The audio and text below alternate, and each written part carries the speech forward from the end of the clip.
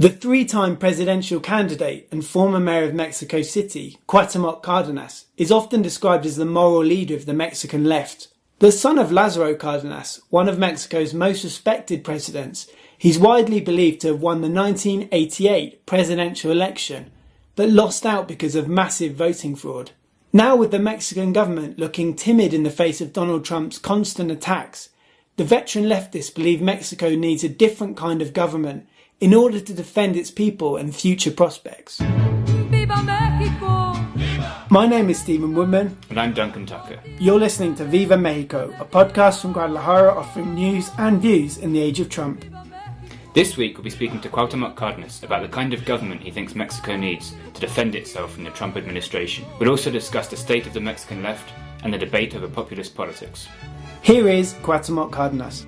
The government needs to adopt a much firmer stance, not just against all the verbal threats, but also the measures that have been carried out, such as withdrawing investment from our country due to President Trump's declarations, all without the Mexican government saying a single word to protest or defend us. We reprimand him and tell him to stop attacking Mexico and our efforts to develop the country. On the other hand, we urgently need policies to create employment, generate economic growth, expand change of production, and fortify industry. We need to fortify our national economy so that we're not exposed to so many risks. Cárdenas also told us that he wants to scrap the Treaty of Guadalupe Hidalgo, which marked the end of the Mexican-American War and gave the US ownership of almost half of Mexico's territory. Cárdenas said there were legal irregularities around the signing of the treaty, and he wants to take legal action to force the US to hand the territory back to Mexico or pay compensation, involving a figure with a lot of zeros, as he put it. Now that's a pretty bold demand. What do you make of it, Steve? Well, it is a pretty bold demand. I think it's pretty unlikely. It seems like a publicity stunt, really, to maybe draw attention to some of the historical abuses and the imbalance of power between the US and Mexico. But the idea that Californians are going to suddenly wake up in Mexico in the near future. Some of them might want to, given the current president, but realistically, this isn't going to happen. It seems kind of a bit pointless to be making such a fanfare about that issue. I don't think people in Mexico even particularly care now. We're speaking about the 19th century, and people in the US, a lot of people don't even know about this treaty, and those that do probably they don't think that Mexico has a claim here. Do you think it works on a symbolic level just to kind of remind Americans and Donald Trump that a lot of these territories used to be Mexican, and it's kind of harsh to be kicking out illegal immigrants from lands that their forefathers may have lived on? I think that's what he's doing, but I don't think it's a very effective symbolic gesture, really, because I don't think people particularly care about this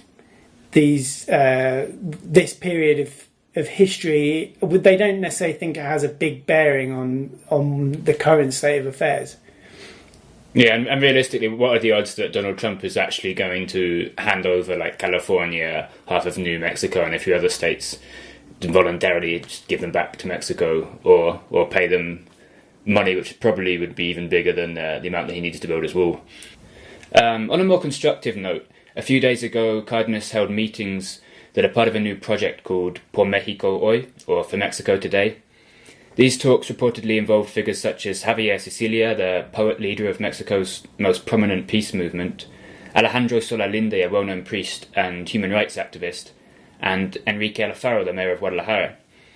And these talks focused on issues like universal basic income, ensuring quality education and universal healthcare and social security coverage, maintaining Mexico's oil and electricity industries under state control, and revoking some of the neoliberal reforms passed by President Enrique Peña Nieto. Do you think this is more of a kind of constructive, useful way of using his influence? Yeah, I think this is a positive move in terms of seeing new political movements that are using new language and talking about problems that the country is facing in a frank and open way. Some of these measures, it's interesting to hear people in Mexico talk about universal basic income, because that seems like quite an advanced measure to even be thinking about in Mexico. Pedro Kumamoto was speaking about this the other day, wasn't he? And I mean, it is something that is obviously in the future, people are going to be talking more and more about that kind of measure. Yeah, I think it's encouraging if they can even begin to push that onto the agenda. I think the idea of this project seems to be to kind of build a progressive social movement that can change the national discourse and put Mexico back on the right track. I think they don't plan to support any specific candidate, but they hope to persuade some of the candidates to back their proposals and their agenda, and in that way kind of take back democracy to some extent from the corrupt politicians that have basically hijacked it. Mexico needs a government that worries about improving the living standards of the population and protecting the national economy and our natural resources. I think the best defense against aggressions from the US president is to strengthen Mexico's productivity and substantially improve family earnings and savings. I think we urgently need to change the model of development for this country. We need to change the national project that's being carried out. In the last 40 years, the country has become very politically and economically dependent on the United States while concentrating wealth in very small groups of the population. The effects of this are more poverty, more unemployment, a fall in family income and real salaries, and the generation of violence and insecurity all over the country. I think the majority of Mexicans want a different situation. Do you agree with that, Steve? Yeah, definitely. I think that it's important to note that when you've got this level of inequality in the country, it's very difficult to maintain a healthy democracy. And I think we definitely see some evidence of that in Mexico, that it's just, there's such a gulf in terms of wealth and in terms of education even. It's very difficult to have a kind of functioning, normal democratic system. Yeah, and I think if you take the situation that the country's in now, it leads me to kind of think about what could have happened. Cuauhtémoc Cárdenas was on the verge of becoming the first opposition candidate to beat the Institutional Revolutionary Party, which had ruled for almost 50 years at that time, back in 1988. And on the day of the election, once the votes started coming in, he had a clear advantage, and the ruling party got worried. Suddenly they announced that the vote counting system had crashed, and once they resumed the count a few hours later, suddenly the pre-candidate, Carlos Salinas de Gortari, had a big advantage, and he went on to win the election. Salinas went on to privatise a number of major industries. He signed NAFTA, the free trade agreement with Bill Clinton, and later, along with his brother Raúl Salinas, he was involved in a number of corruption scandals. Given everything that's happened since then, do you think Mexico would be much better off today if Cárdenas hadn't been robbed of the presidency and Mexico had made that transition to democracy much earlier? We don't really know what kind of leader he was. One thing I would hope for with someone like Cuauhtémoc Cárdenas is he's not got such a long history of corruption, and they could have perhaps rooted out some of the corruption that's a real massive problem in the country. I think one of the problems he would have faced was that he then went on to found the left-wing Party of the Democratic Revolution, or PRD as it's known by its Spanish initials, which was for many years the major left-wing party in Mexico. But he actually ended up leaving that party back in 2014, partly because of the corruption which seeped into this party as well. So it's like we talk about the Mexican left as if it was sometimes different or immune from the kind of corruption that takes over the other parties, but the reality is that pretty much all of Mexico's major parties are equally corrupt. So yeah, it's across the political spectrum. Yeah, so I mean, maybe it's a similar kind of thing people talk about Andrés Manuel López Obrador, that he's seen as a less corrupt figure, and maybe on an individual level he is less corrupt than someone like Enrique Peña Nieto, but that doesn't mean the people around him are any cleaner than the people in the current government. And I think NAFTA would have been passed anyway, and NAFTA was really a huge change in Mexico. So whether it would have been that different meant that Mexico under Cuauhtémoc Cárdenas and following his presidency, whether it would have been that different, I mean, there is a bit of a question mark there, because a lot of these changes happened as a result of over-dependence on the United States. Mm-hmm. Yeah, it's a bit like when Vicente Fox finally did become the first candidate to beat the PRI in 2000, everyone thought Mexico was going to change and become this kind of much stronger, more democratic and more equal kind of society, and that never really happened, and now we're back with the PRI in charge again. So it's hard to tell what Mexico really needs to completely change the way politics is done here. So what do you think about Andrés Manuel López Obrador? He's the front runner at the moment for next year's presidential elections, and he seems to be benefiting from the hostility coming from the Trump administration, because he's kind of a more nationalistic guy who says he can defend Mexico better than the current government. We haven't seen who the other parties are going to put forward as their candidates yet, but at the moment everyone's talking about López Obrador as if he's going to be Mexico's next president. What do you make of that? Well, this week, President Enrique Peña Nieto was at a banking conference in Acapulco with some major politicians and figures from the world of finance. I think Colin Powell was there, the former Secretary of State. And the theme of the conference was very revealing. It was liberalism versus populism. So what you got really were a series of veiled attacks on Andrés Manuel López Obrador, who's known as AMLO. This is part of a pattern among the PRI, the ruling party, and among the media in Mexico, and also among some international media. It's part of a strategy to link AMLO with the rise of populism, in particular with Donald Trump, but also with even things like Brexit. How do you feel about this link with AMLO and populism? Is he a populist leader? I think he does have populist tendencies, but I think people, especially his critics, just try to compare him to whoever the bogeyman is at the time. Like in 2006, when he ran for president, they compared him to Hugo Chavez. Now today, they're comparing him to Donald Trump. And like the way they talk, maybe there's a certain similarity in their rhetoric, but in terms of their background, Trump's a right-wing businessman with zero political experience before last year's election, whereas López Obrador is a career politician who successfully governed one of the world's biggest cities. So, I mean, there's pretty big differences between their candidacies.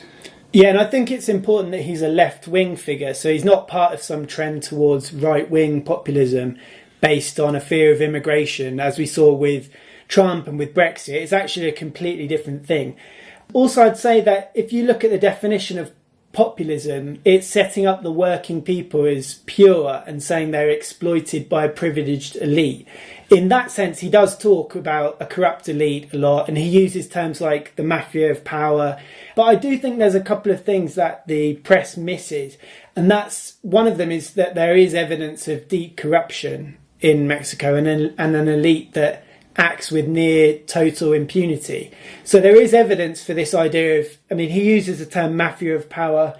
I wouldn't personally use that term, but there is evidence for this kind of oligarchy and these elite interests, aren't there? Yeah, I think the mafia of power thing, it sounds a bit of a cliche now because he's been using it for so long, and it just sounds like a kind of conspiracy theory type phrase. But the reality is that Mexico's got a deeply corrupt government with serious links to money laundering and organised crime and all kinds of things, and they are political mafias, like he says. But I think the way he expresses it, maybe on some level, it will draw like some popular support, but it also leaves him open to these accusations of kind of simplifying things or kind of buying into more kind of conspiracy type ideas.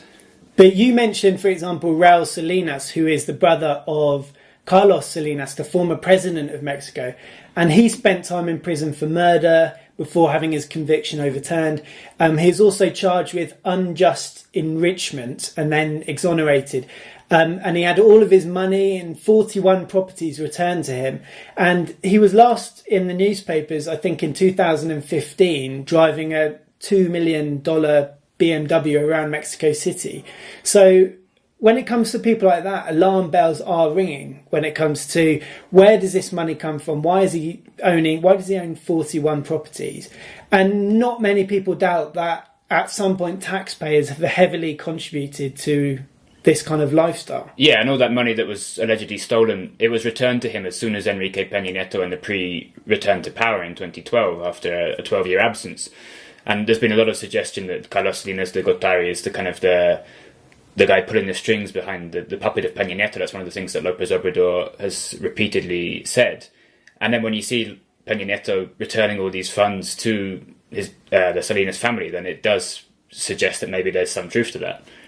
Another thing that they worry about in the international press sometimes is that he doesn't respect the rule of law. That's mostly based on the fact that he disputed the results of the 2006 Mexican election after he narrowly lost to Felipe Calderón. What do you think about that? Does he show an unusual contempt for norms and the rule of law, AMLO? Maybe. I think it was a big mistake, the protests that he held in 2006. I mean, it's understandable that he wanted to hold some level of protest and show that he was unhappy with the allegations of voting fraud at the time. But it went on for, I think, about 6 months. He blocked Avenida Reforma, the major main road in Mexico City. He had himself inaugurated as the legitimate president of Mexico. And that, again, it just leaves him out open to all kinds of ridicule. And I think in that sense, he is a bit closer to Donald Trump, perhaps, because you know that if Trump had lost against Hillary Clinton, he would have done the same kind of thing, like saying it was voting fraud and all of that. Yeah, but I do think as well, this kind of idea of the norms and the rule of law. We saw, for example, the current president, he was involved in a property scandal. And he appointed the anti-corruption investigator who cleared him. So it's not like there's already this kind of long history of having a great respect for the law from the political class, is there? Yeah, and the guy that he appointed to investigate him was a close friend of his. He was never going to find him guilty. Exactly. And I think, the Mexican justice system in general is completely broken. And they love using the word populism, particularly the PRI love using it as a veiled attack on AMLO. But the PRI comes from a time before Mexico was a democracy and has a long history of failing to respect democratic norms, failing to respect protest, using populist tactics. So we're hearing the president criticise populism when he came to power on the back of support from the country's main television channel, which churns out soap operas. And he was featured with his former soap opera actress wife in every celebrity magazine.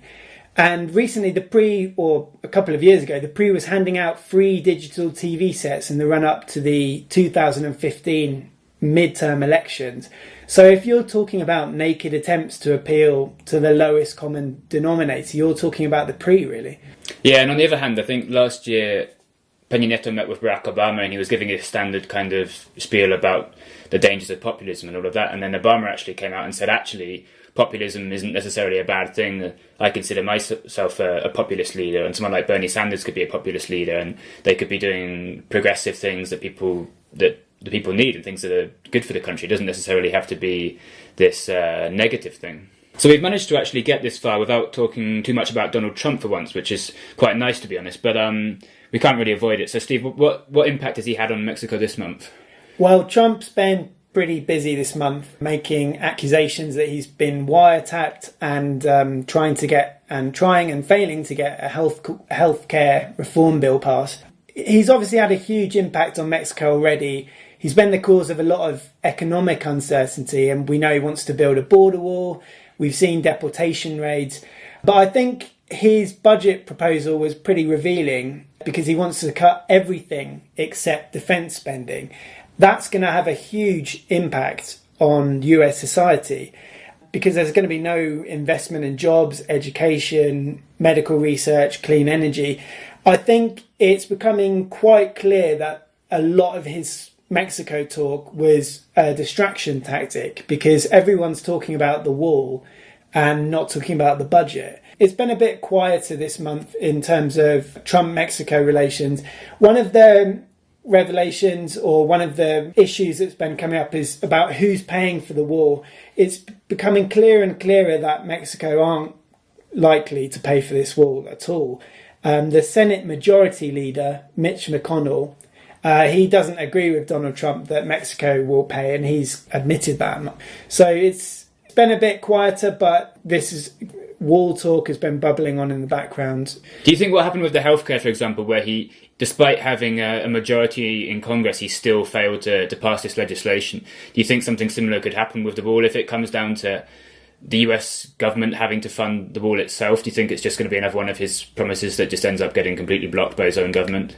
Yeah, I'm not even certain he'll be able to build this wall because it's such a huge investment. It's so long, the border. It's a lot more complex than he actually made it seem as well. There's people who own houses along the border that don't want to have their land have a massive wall across it. Like there's all kinds of complex issues there. It's not just something you can just do overnight, is it? Well, like everything with Trump, really, it's much easier to shout the slogan, build the wall. or shout lock her up or shout down Obamacare than it is to actually offer an alternative or get these things done. And we've already seen how difficult it's going to be for President Trump to achieve any of these aims. Speaking of that slogan, did you see the news of the American spring breakers in Cancun shouting, build that wall, build that wall? Yeah. What did you think of that, Steve? Well, I wasn't impressed. I don't think many people in Mexico were impressed either. Yeah. Maybe Mexico should build a wall to keep spring breakers out of Mexico. Maybe that would be more beneficial. That's probably a good idea. Viva Mexico! Viva! Viva America! Viva! You've been listening to Viva Mexico, a podcast from Guadalajara offering news and views on Mexico in the age of Trump. If you enjoyed this episode, you can subscribe to our pages on SoundCloud, YouTube and iTunes. And if you have any comments, feedback or questions, you can tweet us at VivaMex Podcast.